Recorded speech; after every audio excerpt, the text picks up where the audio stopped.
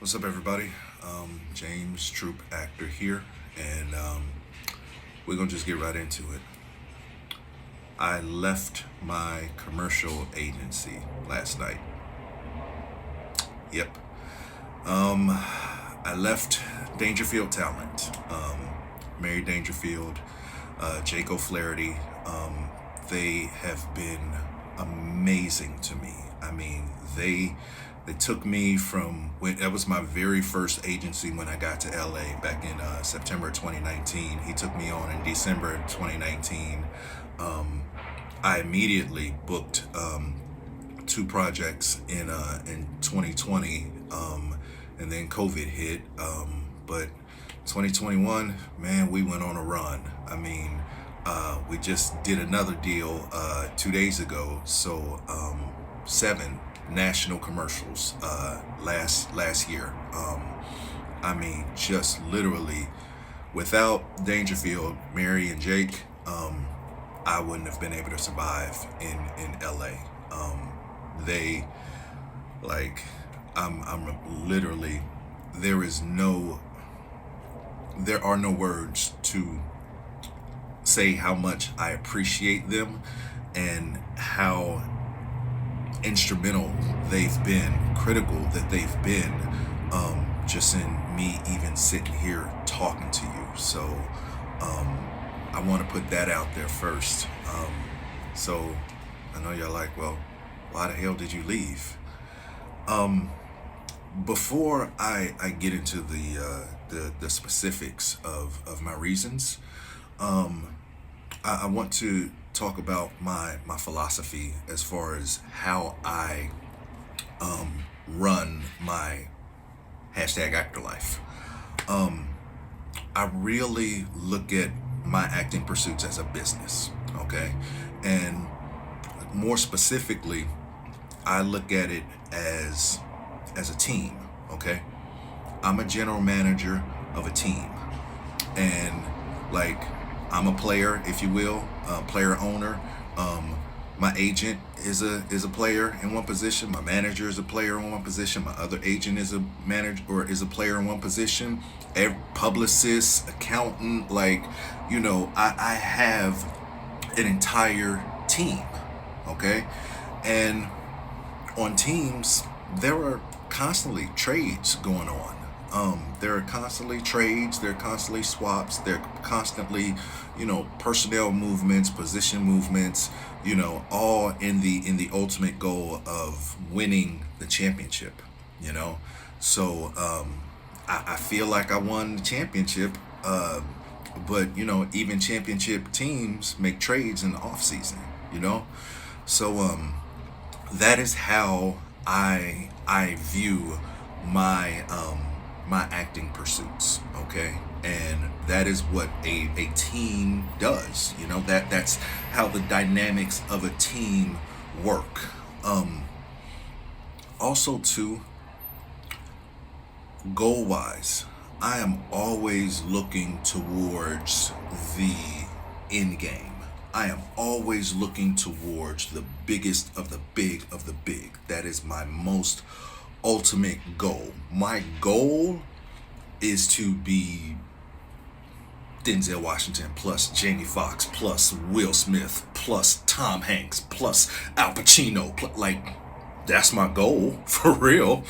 Um, so every single move that I make, business wise, every single move that I make professionally, personally, everything has to directly lead to that goal.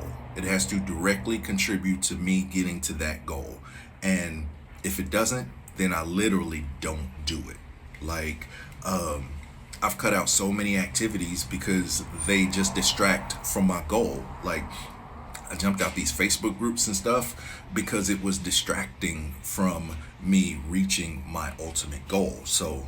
Um, so like that's the philosophy on how I view things. This is a business, okay? And in the business of James Troop, in the business of hashtag actor life, ain't no feelings. Feelings and business don't mix here. It's like oil and water. It's like night and day. Like, it does not mix. My business has no feelings whatsoever. I fire my mama and have no feelings about it. If it was the right business move to make for the business. And that's how businesses run. And hashtag Actorlife, James Troop, is a business. So when relationships end, as far as I go, there's no beef. Like, that is the nature of relationships. Relationships are for a reason, a season, and a lifetime. You know, you may bump into somebody that reminds you to I don't know, hell, jump on the internet and upload something that makes your life take off. That person was there for a reason. Most relationships are for a season, you know, 2 weeks, 2 months, 2 years, 20 years, you know, and then some are for a lifetime. And different people get on and off at different spots. So that's the nature of relationships, you know. Relationships, people grow and people go on to have different relationships. Like, that's okay. Like, when I was a music producer, back in a former life, like, the artists that I would work with, I like to produce whole projects, so whole albums, just to get that one snapshot in time. And then after that, it's just like, okay, go off and work with other producers, go off and work with other writers, go off and work with other engineers, get their take on your artistry and just create something completely unique, separate from what we did. And guess what? I'm gonna go and do the same, you know? And maybe our paths will cross again, but we're both better for having come in contact with each other. So with that said, I am proud of having been an ambassador for Dangerfield Talent. I am proud of the work that we did together. I mean, 8 Nationals ain't no punk. I'm proud to have represented Dangerfield Talent to casting with my constant hard work and my constant, you know, professionalism. I am proud to have been an ambassador for Dangerfield Talent on set with the clients, with the producers, and things like that. I hope it was an honor to have represented Dangerfield Talent in that capacity, and I really hope that I lived up to the standard of excellence that they set forth every single day for myself, for the rest of their clients. I really hope that I lived up to that standard of excellence while I was doing my thing on set as a commercial talent for Dangerfield. I don't know. I think I kind of said everything on why I made the moves and stuff like that, you know, without getting into a lot of specifics. But one other thing that I wanted to say is that the period that I'm in my career is still a numbers game. Okay, at the beginning, just from like step 1 or step 0, total numbers game. The goal was to fill up my resume with as many projects as I can, get as much real material as I can, and just really run the numbers up on the indie side. And I've done that. But now that I'm trying to, now the next step is to go into the network co-star game, and like down here, and that's over here. I'm gonna say over here where I've been working at.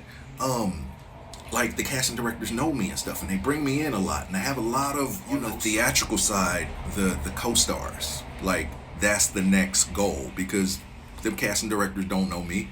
They don't know who a James Troop is. They don't, like, I just started getting those auditions, so like that's the next goal. And so I gotta run up the numbers in the co-star area, just in trying to get as many auditions as I can and get as many callbacks, and I gotta run the numbers up for small co-stars just so they get to know me. And then the next step is to run the numbers up in guest stars until I get to the point where I'm like offer only. I think then it can stop being a numbers game. But at every level for me, it's a numbers game because I'm always starting from the bottom at every level. But right now, since I'm on the cusp of booking my first co-star and eventually having to go SAG and all of my money being non-union, it's a fair amount of strategy that has to go on. And so whereas before I was taking a shotgun approach or a machine gun approach and just spraying, trying to hit whatever I can, now I got to take a pistol. Now I got to aim at specific targets. Now I have to be surgical and intentional. And for me, that is going to require a strategy. That is going to require collaboration between the commercial side and the theatrical side for me and how I envision things going with my career. To maximize the business of James Troop, I need the commercial side and the theatrical side working in tandem with each other, working as partners. And the way that I see things is that being at one agency for theatrical and then a different agency for commercial, on commercial side, their priority is commercial James. And on the theatrical side, their priority is theatrical James. The two don't give a shit about each other. So literally, they're pulling at me. So like schedule conflicts and things like that. Yeah, I have my manager in there and, she can, be the go-between and stuff like that. But honestly, as my profile rises, and as I get more and more work, which is the goal, again, I'm looking at the end goal, those conflicts are going to happen. I'm gonna be a series regular over on something, and then they want me for a national campaign to be the spokesperson for something else, and those two things conflict, and my commercial agent is pulling me this way and my theatrical agent is pulling me this way. Like, that's going to happen, and I need to put myself in the best position possible to ride out that storm without capsizing. So I felt as if having my theatrical and my commercial under one roof, where at the very least there's collaboration going on, at the very least there's communication going on. When it's in the same building, somebody can just holler across the hall and get an answer on something and get an opinion on something and not have to wait 2 and 3 days when time is of the essence. You see what I'm saying? So that's how I view things. And so that is the reason that I made the move from Dangerfield Talent to Aqua Talent. I am now represented by Blake over at Aqua Talent commercially. So I am now theatrically with Aqua Talent with Courtney, and I'm commercially, as of today, I'm commercially signed to Aqua Talent commercially as well. So even though I'm not voiceover, I'm pretty much considered across the board. I don't have a voiceover agent, and my voiceover agent dropped me a couple at the beginning of last year. You know what? I cried for a day, and she said she dropped me because she loved the voice, but I needed more training. So she ran her stuff like a business. She's just like, you know what? He's good, but there's somebody better, so I got to move this piece and trade him for somebody else. And I cried for a day, but the next day, I went and got my ass into some voiceover training because she was absolutely right. I went and got my ass into another voiceover class, and then I went and booked some more voiceover work, and I worked on my voiceover reel, and eventually I'm going to go for another voiceover agent. But they move the pieces around. I got to move the pieces around as far as training and classes and, everything. This is my career. And my agents, my manager, publicists, accountant, all of those people work for me, for the business of James Troop, actor, hashtag actor life. And that's how I have to continue to navigate. That's how I have to continue to conduct business. So it's never, ever, ever, ever personal. If someone wants to have beef with me, and I'm not talking about Dangerfield, no, no, no, no, no. Me and Jake and Mary, we're good, we're solid. I'm just talking about in general, just my philosophy on, relationships and ending relationships and the evolution of relationships and things like that. If people want to have beef with me over stuff, that's cool. I don't beef, like it's not personal with me. So just because somebody mad at me don't mean I got to be mad at them. And it takes a lot to get me mad at people. So yeah, it's things don't have to be beef when you in relationships. When relationships do as relationships do, and they go their separate ways eventually. So again, I want to thank Mary Dangerfield, Jake O'Flaherty over at Dangerfield Talent. They took me when I was a scrub, when I just had a commercial headshot that looked like and whipped me into a booking machine.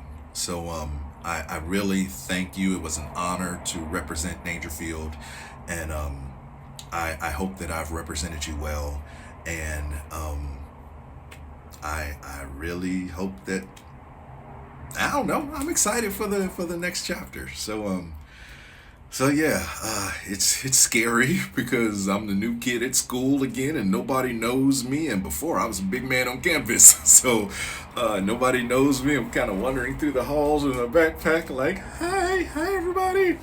And also too, like, I'm competing with the big dogs now. Like, I'm a pup that just jumped off the porch, and the big dogs have been running the street. So, whew, it's about to get ugly out here. But that's the process, and I'm built for it. So let's get it.